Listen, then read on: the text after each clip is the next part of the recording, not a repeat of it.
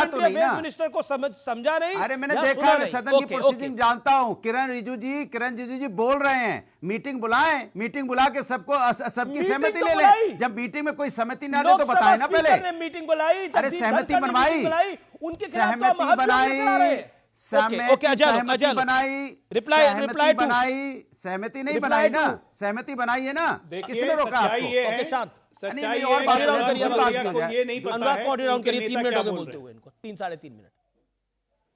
अनुराग भदौरिया को ये नहीं पता है कि उनके नेता क्या बोलते हैं और ये क्या बोलते हैं, कब कांग्रेस की लाइन लेनी है, कब कांग्रेस की लाइन नहीं लेनी है। ये लोग कंफ्यूज हो चुके हैं। मैं तो कह रहा हूं, इतने ही पिछलग्गू बने रहने का शौक था तो अडानी की टी शर्ट पहन लेते, अडानी वाला बैग लगा लेते, अडानी वाला मास्क लगा लेते, बन जाते स्कूल बॉय राहुल गांधी की तरह। किसी ने मना किया था क्या? संभल के मुद्दे पे चर्चा करनी है, उसके लिए पार्लियामेंट में रहना जरूरी है कि नहीं, कि वॉकआउट करना जरूरी है? कांग्रेस के हाँ में हाँ मिला के राज्यसभा के सभापति के विरुद्ध अविश्वास प्रस्ताव लाना जरूरी है। कितनी गंदनी या शर्मनाक हरकत कर रहे हैं। 75 साल के संसदीय इतिहास में आज तक नहीं हुआ। आज एक 91 साल के व्यक्ति को हाथ जोड़ के कहना पड़ा कि प्लीज रेस्पेक्ट द पार्लियामेंट, इज्जत करो पार्लियामेंट की। कौन थे ये? पूर्व प्रधानमंत्री देवगौड़ा। इनको हटा पूर्व बनाया किसने? इसी कांग्रेसी प्रेशर के चक्कर में पूरी यूनाइटेड फ्रंट गवर्नमेंट ने देवगौड़ा जी को हटा के इंद्र कुमार गुजराल को ले आया था। क्यों?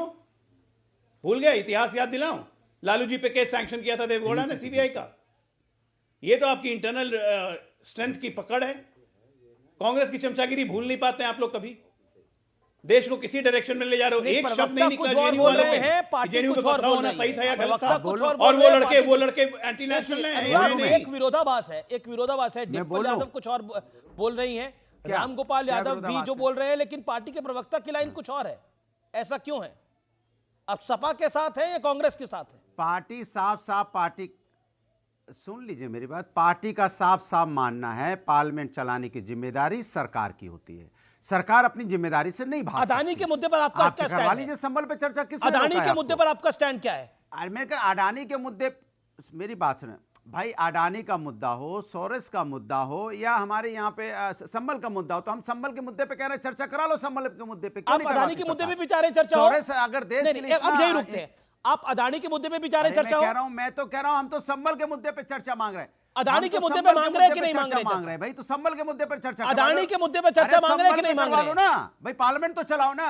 अडानी के मुद्दे पे चर्चा मांग रहे हैं कि नहीं मांग रहे? हाँ या क्या ना? दिक्कत है? संभल पे चर्चा कराओ ना। 4 बच्चों की मौत हुई है। एक सेकंड, संभल पे चर्चा करवाइए। बिल्कुल आपकी बात समझ रहा हूं, लेकिन मैं आपसे पूछ रहा हूं, अडानी के मुद्दे पर आप चर्चा मांग रहे हैं कि नहीं मांग रहे? देखिए ऐसा है, नहीं मेरी बात सुन लीजिए। जब हम बोलना शुरू करते हैं तो आप ऑडियो डाउन करवा दोगे? नहीं, बिल्कुल नहीं। आपको मैंने 4 मिनट निर्विरोध बोलने का मौका दिया है। अजय लोग को ऑडियो डाउन करके मौका दिया है। मैं पूछ रहा हूं, आपके स्पष्ट सवाल है, व्यूअर्स आप भी सुनिए और सुनिएगा। जब ऑडियो डाउन करिए, इनका ऑडियो डाउन करिए। ओके, अजय आलोक को भी मैंने ऑडियो डाउन करा और आपको मौका दिया।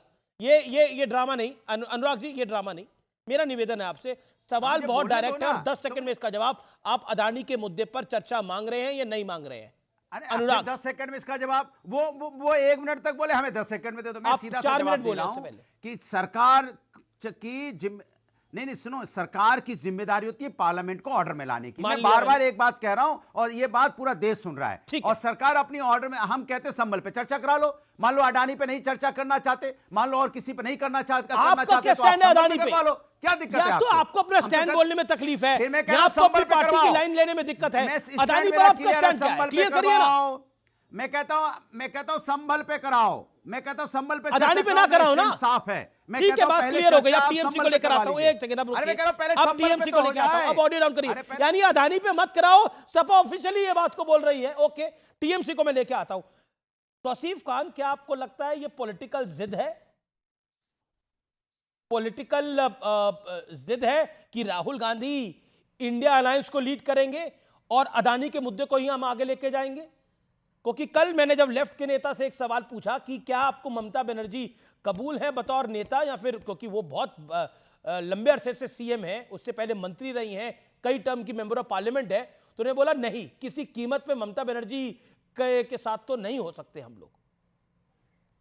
ये जिद है। लालू प्रसाद यादव ने कहा, शरद पवार ने कहा, सुप्रिया सुले ने कहा, फिर आपके समाजवादी पार्टी की तरफ से भी ये सारे जो सुझाव ममता बनर्जी को लीड करने दिए जाए इंडिया अलायंस, ये सारे बड़े बड़े नेता हैं, ये सारे एक्सपीरियंस नेता हैं और अलायंस के बहुत इंपॉर्टेंट पार्टनर हैं। इन सबों ने बोला, यहाँ तक कि कांग्रेस ने भी कहा कि हाँ, इस पे चर्चा की जा सकती है। किसी ने तो सिरे से निकाला नहीं इस बात को। तो ममता बनर्जी की जो एडवाइस को, ममता बनर्जी को कॉपी करके बीजेपी अपना फायदा उठा रही है। ममता बनर्जी की स्कीम है लक्ष्मी भंडार बंगाल में, उस स्कीम को बीजेपी ने महाराष्ट्र में अडॉप्ट किया, रीब्रांडिंग किया लाडली बहन, और उनका उसको जो फायदा मिलता है।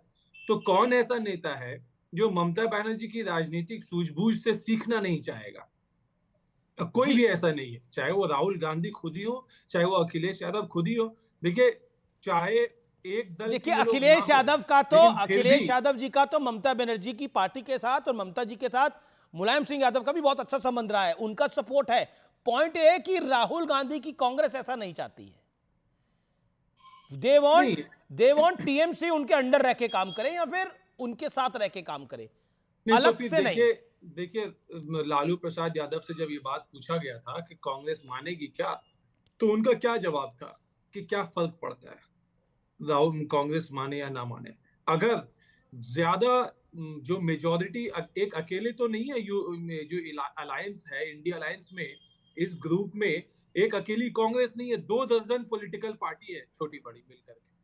और कांग्रेस के बाद तृणमूल और समाजवादी पार्टी, आरजेडी, वहां से जी आपकी जी, एनसीपी, ये विवेक सब विवेक बड़े-बड़े विवेक बड़े-बड़े Vivek wants to meaningful respond, partner. Then I will go to आम ये आदमी क्या पार्टी। कहते ओके, हैं, ये दिशा बताएंगे। जी जी, विवेक विवेक, आपको ममता बनर्जी कबूल नहीं है, आपको राहुल गांधी ही कबूल है।